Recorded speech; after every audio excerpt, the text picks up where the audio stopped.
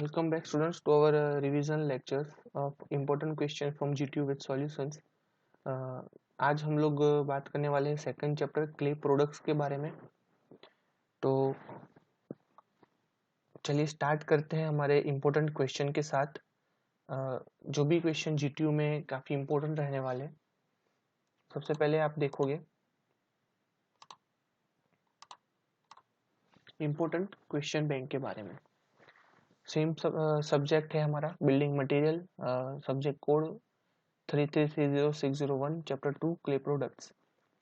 सबसे पहले हमारे सामने 2 मार्क्स के इम्पोर्टेंट क्वेश्चंस। ठीक है, ये 2 मार्क के जितने भी क्वेश्चंस होंगे आपको पता होगा, लास्ट लेक्चर में आपने देखा था। हम लोग उसका रिवीजन करेंगे, उसका आंसर मैं आपको बताऊंगा किस तरीके से लिखना है। और बाकी के जो भी क्वेश्चंस है 3 मार्क्स के और 4 मार्क्स के, वो मैं आपको हम लोग इसके बारे में डिस्कस करने वाले हैं। साथ साथ में जितने भी 2 मार्क के क्वेश्चन है उसके अंदर जो मैंने शॉर्ट में लिखा हुआ है, अगर जितने भी पॉइंट्स आ रहे हैं मैं उसको एक्सप्लेन करता जाऊंगा, तो जिससे कि 3 और 4 मार्क में अगर वो क्वेश्चन पूछते हैं तो आपको डिस्क्रिप्टिव लिखना समझ में आएगा। दूसरी चीज कि यहाँ पे जितने भी बड़े क्वेश्चन है 3 और 4 मार्क्स के, उसके लिए मैंने यहाँ पे आपको नीचे लिंक्स प्रोवाइड की हुई है। ठीक है, वो हर एक लिंक के अंदर आपको जितने भी क्वेश्चन इंपॉर्टेंट है 4 और 3 मार्क्स के, उसका वीडियो मिल जाएगा, जो आपको हमने कॉलेज के अंदर ऑनलाइन क्लासेस के अंदर समझाया हुआ था। तो चलिए स्टार्ट करते हैं क्वेश्चंस के साथ। 2 मार्क के क्वेश्चन है, 4 क्वेश्चंस मैंने यहाँ पे देखे। पास्ट 5 इयर्स के क्वेश्चंस हम लोगों ने यहाँ पे कलेक्ट किए हुए। ठीक है, सबसे पहला है list different test of brick as per IAS। मतलब कि जितने भी टेस्ट हम लोग ब्रिक के ऊपर करते हैं एज पर इंडियन स्टैंडर्ड, उनके नाम सिर्फ हमें लिखने हैं। दूसरा क्वेश्चन है list advantage of using flies brick. जो फ्लाइज वाली ब्रिक्स है उसके एडवांटेजेस का हमें लिस्ट बनाना है। ठीक है, 2 मार्क के क्वेश्चन है। पॉइंट आउट हो तो सिर्फ 6 और 8 आप लिख सकते हो। ठीक है, और अगर थियरी थोड़ा डिस्क्रिप्टिव हो रहा है तो उसमें आपको एकदम शॉर्ट में समझाना रहेगा। ठीक है, ज्यादा बड़ा हमें लिखने की जरूरत नहीं है। Then define the glazing and state the purpose of glazing. Glazing मतलब जो हम उसके ऊपर एक लेयर बना देते हैं सिलिका को गर्म करके या फिर गम से वगैरह से, मेटल के ऊपर या फिर किसी भी मटेरियल के ऊपर, उसको हम ग्लेजिंग कहते हैं। राइट, तो वो उसकी डेफिनेशन देनी है और उसके पर्पज हमें समझाने हैं। और चौथा क्वेश्चन है यहाँ पे draw a simple sketch of standard brick. ठीक है, ब्रिक की नॉर्मल हमें जो स्टैंडर्ड ब्रिक है उसकी नॉर्मल स्केच ड्रॉ करना है।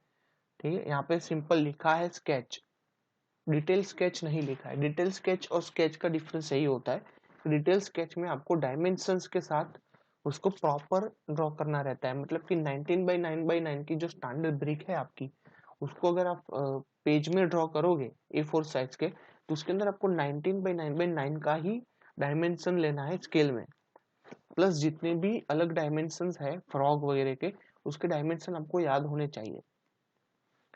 ठीक है, वैसे तो मैंने ब्रिक्स के रिगार्डिंग आपको प्रैक्टिकल करवाया था, कॉम्प्रेसिव टेस्ट और वाटर एब्जॉर्प्शन वगैरह, तो आपको ज़्यादा बेटर पता ही होगा जितने भी लोगों ने अटेंड किया है वो, ब्रिक के डायमेंशन वगैरह कैसे मेजर करते हैं और क्या डायमेंशन है, फ्रॉक के क्या डायमेंशन है, ये सब हमने उसमें डिस्कस किया हुआ है। नाउ 3 मार्क के जो क्वेश्चन है वो देख लेते हैं। ठीक है, weightage of marks in exam is 3। First question है आपका explain the standard requirement of quality brick. ठीक है, क्वालिटी ब्रिक की रिक्वायरमेंट्स हमें यहाँ पे समझानी है। Then write a short note on the earthenware. मिट्टी से बने हुए जितने भी हमारे साधन सामग्री है उसके ऊपर हमें शॉर्ट नोट लिखनी है। देन तीसरा क्वेश्चन है state the characteristics and use of second class brick. Second class brick के बारे में हमें बताना है, जो हम कॉम्प्रेसिव स्ट्रेंथ से मेजर करते हैं, उसको फिर डिवाइड करते हैं क्लास A B C वगैरह में। ठीक है, उसमें जो सेकंड क्लास ब्रिक है उसकी हमें कैरेक्टरिस्टिक्स यहाँ पे शॉर्ट में हमें लिखना है उसके बारे में। देन फोर्थ क्वेश्चन है हमारे पास describe the stages of manufacturing of bricks. Bricks बनाने के लिए जो स्टेजेस होते हैं, ठीक है, कार्य पद्धति है, वो हमें यहाँ पे शॉर्ट में लिखनी है। और पांचवा क्वेश्चन है इंपॉर्टेंट है, जो draw the flow diagram of manufacturing process of the brick. ठीक है, जो फ्लो डायग्राम है मैन्युफैक्चरिंग प्रोसेस का, वो यहाँ पे हमें ड्रॉ करके देना है उनको। सिर्फ फ्लो डायग्राम ही हमें यहाँ पे ड्रॉ करना रहेगा और हमें 3 मार्क्स मिल जाएंगे। दूसरी चीज यहाँ पे जो 4 मार्क के क्वेश्चन आपको पूछते हैं क्ले प्रोडक्ट में से, वो नीचे की तरह होंगे, ठीक है। क्वेश्चन 1 है उसके अंदर, explain the compressive strength test of brick as per IAS. जिन लोगों ने हमारा प्रैक्टिकल सेशन परफॉर्म करने के लिए आए थे कॉलेज में, उन लोगों को इस कंप्रेसिव स्ट्रेंथ टेस्ट के बारे में ब्रीफली पता होगा, राइट। बाकी का जिन्होंने नहीं देखा है उनके लिए नीचे आपको मैंने लिंक्स प्रोवाइड की है यहाँ पे कंप्रेसिव स्ट्रेंथ टेस्ट के लिए, ठीक है। वो लिंक आप लोगों को देखनी पड़ेगी, तो ही आपको वो ज्यादा बेटर में समझ में आने वाला है, वरना डिफिकल्ट है ये समझना। आप देख सकते हैं यहाँ पे ये जो भी कंप्रेसिव स्ट्रेंथ का टेस्ट मैंने यहाँ पे रखा है, ओके। तो मैंने एरो से आपको दिखा दिया है, ये आप यहाँ से कंप्रेसिव स्ट्रेंथ टेस्ट के अंदर जा सकते हैं। नाउ दूसरा है explain the water absorption test on the brick as per IAS. Water absorption test के लिए भी वेरी सिंपल है, वो भी हम लोगों ने प्रैक्टिकल के टाइम पे परफॉर्म किया हुआ है। वाटर एब्जॉर्प्शन कैसे करते हैं, ब्रिक का स्मूथिंग वगैरह किया था, उसके ऊपर मोर्टार लगाया था फ्रॉक के अंदर, देन उसको 24 आवर्स के लिए हमने पानी के अंदर एब्जॉर्ब करने के लिए रख लिया था। जितने भी स्टूडेंट्स ने अटेंड किया है दे obviously know about it, right. और जिन लोगों ने अटेंड नहीं कर पाए, नहीं आए, उन लोगों को इस लिंक के अंदर से पता चल जाएगा, ठीक है। वाटर एब्जॉर्प्शन टेस्ट के बारे में वो यहाँ पे क्लिक करके वो वीडियो देख सकते हैं। Then Hoffmann kiln and label its component, draw the Hoffmann kiln, ठीक है। जो हॉफमैन की भट्ठी है उसको ड्रॉ करके उसके कंपोनेंट्स हमें बताने, और उसके हमें 4 मार्क्स मिलने वाले हैं, ठीक है। उसके लिए भी आपको मैंने नीचे वीडियो दिया हुआ है हॉफमैन के लिए, ठीक है। ये वाला लिंक क्लिक करके आप उसको देख सकते हो वीडियो को। उसके बाद है describe the moulding process of clay brick, ठीक है। मोल्डिंग प्रोसेस, उसके लिए भी आपको मैंने नीचे लिंक के अंदर वीडियो दिया हुआ है मोल्डिंग प्रोसेस ऑफ ब्रिक का, वो आप देख लीजिए। अपने वीडियो लेक्चर देखे ही होंगे, और जिसको रेफरेंस चाहिए वो यहाँ पे लिंक पे क्लिक करके वीडियो देख सकता है। और लास्ट में है यहाँ पे with NEET sketch explain the bulls trench किन, ठीक है। जो बुल ट्रेंच भट्टी है उसको हमें एक्सप्लेन करना है, वो उसका भी वीडियो यहाँ पे हमने दे दिया है। ये सब हमने वीडियो लेक्चर के अंदर कवर किया हुआ है टॉपिक। तो यही जो टॉपिक है वो आपको जीटीयू में बार बार पूछते रहते हैं लोग, तो प्लीज ये सब को आप वीडियो एक बार देख के कंप्लीट कर देना। तो चलिए हम लोग आगे बढ़ते हैं हमारे 2 मार्क के जितने भी क्वेश्चन है उसके सॉल्यूशन के साथ। बाकी के जो भी क्वेश्चन है वो अगर इसके अंदर कवर हो रहे होंगे तो हम उसको डिस्कस करते रहेंगे। प्लस जो भी बड़े क्वेश्चन है जिसकी आपको मैंने यहाँ पे लिंक दी है, प्लीज एक बार उसे ओपन करिए, ठीक है। ओपन करके उसको पढ़िए, अगर नहीं समझ में आता तो फिर आप मुझे उसको पूछ सकते हैं। तो let's start with the solution of this short question, 2 mark question, okay. तो दूसरा चैप्टर है हमारे 2 मार्क के क्वेश्चंस है। पहला क्वेश्चन है हमारा list different test on the brick as per the Indian standard. तो यहाँ पे आपको ऐसे नोट लिखने हैं। सबसे पहले as per IAS Indian standard following ability test should be held on bricks और should be performed on the bricks, right।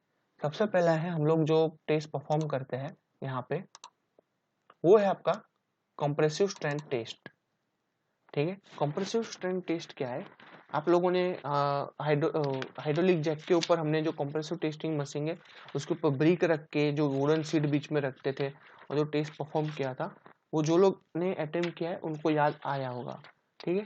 बहुत ही सिंपल टेस्ट है, सिर्फ ब्रिक को स्मूथ करना है, पानी के अंदर डुबो के रखना है 24 आवर्स के लिए, और उसके बाद उसको सरफेस ड्राई करके जो भी कंप्रेसिव टेस्टिंग मशीन है हमारी सीपीएम, उसके ऊपर रख के ब्रिक को सिर्फ तोड़ देना है, ठीक है। जहाँ पे ब्रिक टूट जाती है, जितने लोड पे टूट जाती है, फिर उसको एरिया से डिवाइड करने पे हमें उसकी कंप्रेसिव स्ट्रेंथ मिल जाती है। एक्चुअली कंप्रेसिव स्ट्रेंथ आपको कहाँ पे काम में आती है, तो कंप्रेसिव स्ट्रेंथ से हम लोग मेजर कर सकते हैं कि जो हमारी कहते हैं कि ग्रेडिंग है सिस्टम ब्रिक की, जैसे कि ऑर्डिनरी ब्रिक्स हो गई, क्लास ए ब्रिक्स हो गई या क्लास डबल ए ब्रिक्स हो गई, तो उनको कॉम्प्रेसिव स्ट्रेंथ से हम लोग डिनोट करते हैं। जैसे कि ऑर्डिनरी ब्रिक्स है, उसकी जो स्ट्रेंथ है वो 3.5 न्यूटन पर mm स्क्वायर से कम नहीं होनी चाहिए, राइट। 3.5 न्यूटन पर mm से कम होगी तो वो ऑर्डिनरी ब्रिक्स के अंदर कहलाएगी। जो भी हमारी क्लास ए ब्रिक्स है उसकी जो कंप्रेसिव स्ट्रेंथ है वो 7 न्यूटन पर mm से 3.5 न्यूटन पर mm तक की रहती है, ठीक है। जो क्लास ए ब्रिक्स है उसकी जो स्ट्रेंथ है वो 14 न्यूटन पर mm से कम नहीं होनी चाहिए, वो क्लास डबल ए ब्रिक्स आपकी हो जाएगी, ठीक है। और जो टॉलरेंस होना चाहिए दोनों के बीच में वो 20% प्लस और माइनस होना चाहिए, राइट। 20% के आसपास उसका रीडिंग के अंदर चेंजेस हम टॉलरेट कर सकते हैं। दूसरे टेस्ट की बात करते हैं हम यहाँ पे, वो है आपका साउंडनेस टेस्ट। साउंडनेस टेस्ट हमें क्यों करना है, ठीक है। तो जैसे ही ब्रेक है वो साउंड कहलाएगी, तो क्या है कि वो जल्दी ब्रेक नहीं होगी। एक के ऊपर एक आप ब्रेक रखते हो, इम्पैक्ट आता है उसके ऊपर, तो काफी बार क्या होता है कि ब्रेक्स टूटने की शक्यता रहता है अगर वो ज्यादा साउंड नहीं होगी। पर अगर वो साउंडनेस उसकी अच्छी है तो वो ब्रेक्स की जो स्ट्रेंथ होगी वो भी अल्टीमेटली हमें अच्छी मिलेगी और वो इजिली ब्रेक नहीं हो जाएगी, राइट। एक दूसरे पे प्रेस एब्रेशन के कारण भी ब्रेक नहीं होगी। Then water absorption. Water absorption basically उसके जो कंपोनेंट है उसके ऊपर डिपेंड करता है। वाटर एब्जॉर्प्शन क्या है, जो ब्रिक होती है वो उसके अंदर कितना पानी एब्जॉर्ब करती है, ठीक है। वाटर एब्जॉर्प्शन टेस्ट बहुत ही सिंपल था, हम लोगों ने किया है। जो ब्रिक थी उसको ओवन ड्राई कर देते हैं सबसे पहले तो हम, उसके बाद उसको बाहर रखते हैं 4 to 8 आवर्स के लिए, 4 आवर्स के लिए, ठीक है, ठंडी होने के लिए। और फिर उसको हम लोग 24 आवर्स के लिए अगेन पानी के अंदर डुबो के रख देते हैं, ठीक है। जो हमने ओवन ड्राई की थी तब हमने वेट लिया था, फिर पानी के अंदर रखने के बाद हमने उसके अंदर 24 घंटे के बाद रखने के बाद उसको हम वापस निकाल देते हैं और फिर अगेन वेट कर देते हैं पानी के अंदर रखने के बाद, ठीक है। वेट कैसे करेंगे, पानी में से निकाल के उसको 5 से 10 मिनट तक बाहर रहने देंगे, सरफेस उसकी ड्राई करके, ठीक है। सरफेस हम एक पोछे से उसको साफ कर देंगे, मॉइस्चर होगा वो निकाल देंगे सरफेस के ऊपर, फिर उसका वेट करेंगे, ठीक है। तो हमें उससे क्या मिला, दो वैल्यू मिल गई, एक तो ओवन वेट, ओवन में से निकालने के बाद W1 और जो पानी में से निकालने के बाद W2। फिर उसका सिंपल इक्वेशन होता है W2 minus W1 upon W1 into 100, ठीक है। तो वो हम उससे वाटर एब्जॉर्प्शन कैलकुलेट कर सकते हैं। एक्चुअली जो स्टैंडर्ड ब्रिक होती है उसका जो वाटर एब्जॉर्प्शन है should not be greater than 20%, 20% से ज्यादा नहीं होना चाहिए, ओके। और in last it is efflorescence effect. Efflorescence क्या है आपके अंदर, एफ्लोरेंस इफेक्ट आप लोगों ने कंक्रीट के अंदर भी देखी है, सेम यहाँ पे भी ब्रिक में होती है, ठीक है। ब्रिक्स को हमें क्या करना है, पानी के हाफ पानी का जार रखा होता है उसके अंदर ब्रिक्स को हम डुबो देते हैं, फिर रहने देते हैं। तो थोड़ी देर में क्या होगा, ब्रिक्स होगी वो पानी को एब्जॉर्ब कर लेगी, अगेन हम उसको फिलअप करेंगे, अगेन वो एब्जॉर्ब करेगी, फिर वो ड्राई हो जाती है या फिर पानी इवापोरेट हो जाता है। वो इवापोरेट होने के बाद वो ब्रिक के ऊपर आपको व्हाइट लेयर, सॉल्ट का लेयर दिखेगा, ठीक है। वो जो सॉल्ट का लेयर है उसके अंदर जो सॉल्ट है वो हमें नॉर्मल जो होती है salty area should not be more than 10% of class ए, जो हमारी ब्रिक है उसके अंदर 10% ज्यादा उसका एरिया सॉल्टी नहीं होना चाहिए, ठीक है। ऑर्डिनरी ब्रिक्स होती है उसमें 10 से 50% जितना होना चाहिए। और इफ अगर हमारा जो एफ्लोरेंस है वो 50% से बढ़ जाता है तो वो हमारी ब्रिक रिजेक्टेड हो जाती है, क्लियर। तो ये है एफ्लोरेंस के क्राइटेरिया। नाउ दूसरा क्वेश्चन की ओर हम ध्यान फोकस हमारा मोड़ते हैं। सेकंड क्वेश्चन हमारा list advantage of using fly ash bricks, ठीक है। फ्लाइज ब्रिक्स यूज करने के एडवांटेजेस, तो following are the advantage of using fly ash bricks. First one है हमारा एडवांटेज है गुड साइज एंड शेप।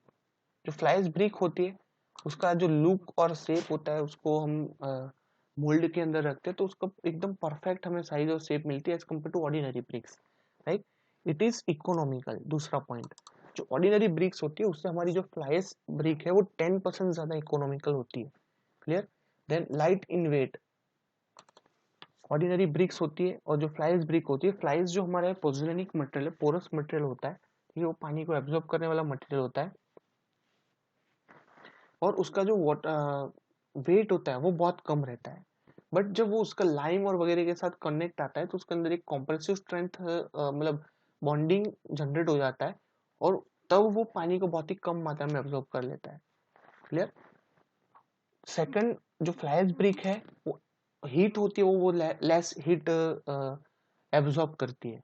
तभी जितनी भी चिमनी वगैरह होती है, जहाँ पे पावर प्लांट होते हैं, जहाँ पे ज्यादा मात्रा में हीट जनरेट होती है, वहां पे हम लोग ठीक वॉल बनाते हैं, उसमें पोर्सलेन पोर्टलैंड सीमेंट का यूज करते हैं। ठीक है, फैट वॉल कहते हैं उसको, उसमें पोर्सलेन पोर्टलैंड सीमेंट का हमें इस्तेमाल करना रहता है।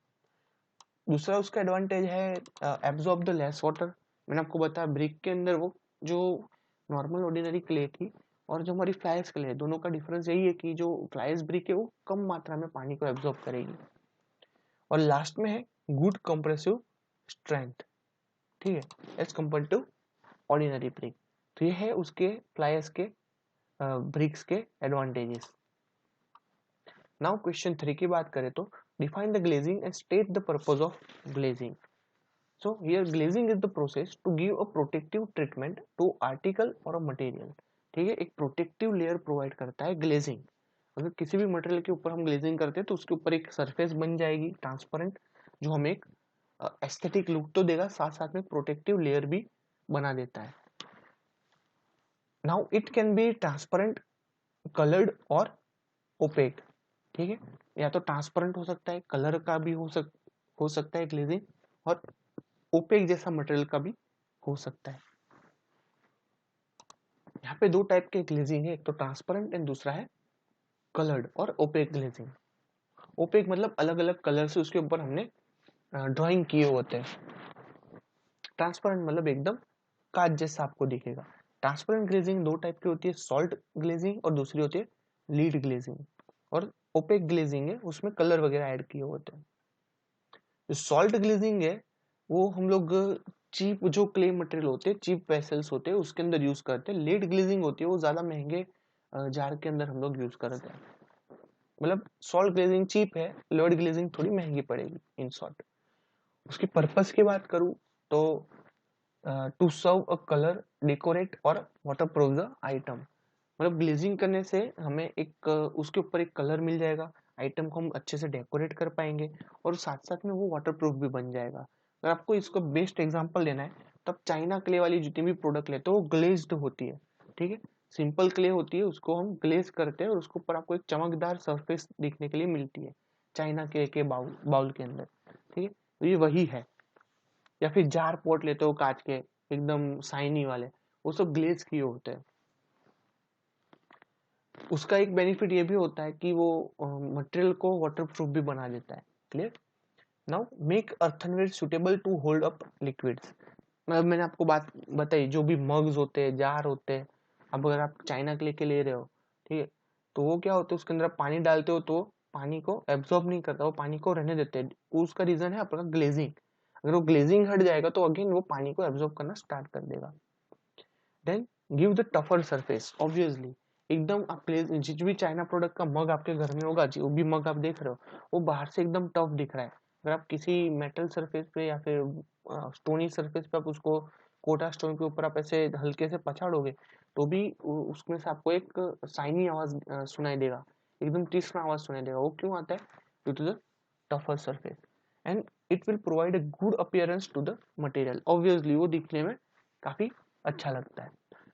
ठीक है, अगर ये क्वेश्चन पूछते हैं ग्लेजिंग के बारे में, बहुत ही सिंपल है। दो टाइप है, ट्रांसपेरेंट, ओपेक। ठीक है, ट्रांसपेरेंट में दो टाइप है उसके, सॉल्ट ग्लेजिंग, लेड ग्लेजिंग। क्या करता है? प्रोटेक्टिंग लेयर प्रोवाइड करता है। पर्पस क्या है? कलर, डेकोरेट और वाटर प्रूफिंग कर देता है। ठीक है, पानी को स्टोर कर सकता है, सरफेस को टफर बना देता है एंड गुड अपीयरेंस प्रोवाइड करता है। बस इतना ही लिखना है आपको 2 मार्क्स के अंदर।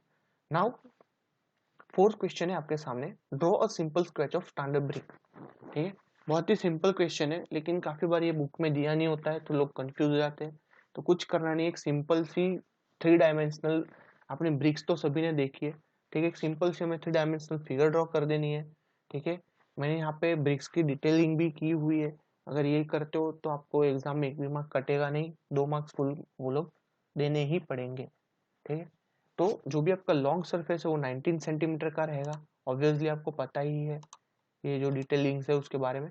लॉन्ग सरफेस है 19 सेंटीमीटर है, जो आपकी वर्टिकल सरफेस है 9 सेंटीमीटर की रहेगी, जो विड्थ है वो भी आपकी 9 सेंटीमीटर की रहती है यहाँ पे।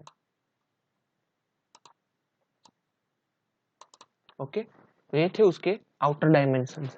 दूसरी चीज आप देख सकते हो बीच में फ्रॉग, जिसको हम फ्रॉग कहते हैं, उसके भी डायमेंशन है जो आपको बुक में नहीं दिए होंगे, तो आप लोग ये ध्यान से देख लीजिए। जो लॉन्ग डायमेंशन होता है उसका वो 10 सेंटीमीटर होता है, जो विड्थ होती है वो 4 सेंटीमीटर होती है, प्लस जो थिकनेस ऑफ फ्रॉग है वो हम लोग 1 सेंटीमीटर प्रोवाइड करते हैं। तो ये है उसके डायमेंशन। आईएस ब्रिक का तो आपको पता ही होगा, ये 19 बाई 9 सेंटीमीटर की होती है और मोर्टार के साथ 20 बाई 10 हो जाती है, ठीक है। तो ये क्वेश्चन भी आपको यूपीएससी वगैरह कॉम्पिटिटिव एग्जाम और जीटीयू में भी पूछ लेते हैं। तो बुक में ना दियो तो कंफ्यूज नहीं होना है, सिंपल ऐसी फिगर ड्रॉ कर देनी है, तो आपको 2 मार्क्स मिल जाएंगे। अगर हाँ आपको यहाँ पे उन्होंने सिंपल स्केच की जगह डिटेल स्केच ड्रॉ करने के लिए बोला हो, तो ये डिटेल स्केच ही है आपके सामने, बट ये जो डायमेंशन है वो मैंने एक्यूरेट नहीं लिए। डिटेल स्केच में क्या करना है, अगर 19 सेंटीमीटर है तो इस स्केल से आपको 19 सेंटीमीटर की यहाँ पे वर्टिकल फिगर ड्रॉ करनी है, ठीक है। ये जो भी डायमेंशन वो सब 9 बाई 9 और 19 बाई 9 बाई 9 ही होने चाहिए, और बीच में जो है वो भी आपको 10 सेंटीमीटर 4 सेंटीमीटर 1 mm ठीक ही आपको ये थिकनेस यहाँ पे दिखानी होगी। तो इतना आपको ध्यान में रखना है बस। तो ये थे आपके 4 question with solution. I hope आप लोगों को बेटर अंडरस्टैंड रहा होगा। अगर नहीं समझ में आ रहे हैं तो आप वापस से वो लिंक के अंदर जाके गूगल क्लासरूम में मैं जो आपको लिंक दे रहा हूँ, पीडीएफ दे रहा हूँ, उसकी वीडियोस देखिए। अगर फिर भी नहीं समझ में आ रहा तो आप मेरा डायरेक्ट कॉन्टेक्ट कर सकते हैं। आई होप आप लोग बेटर करोगे एग्जाम में और ज़्यादा से ज़्यादा मार्क्स लाने का प्रयत्न करने वाले हो। मिलते हैं नेक्स्ट लेक्चर में नए चैप्टर के साथ, तब तक के लिए टेक केयर ऑफ सेल्फ।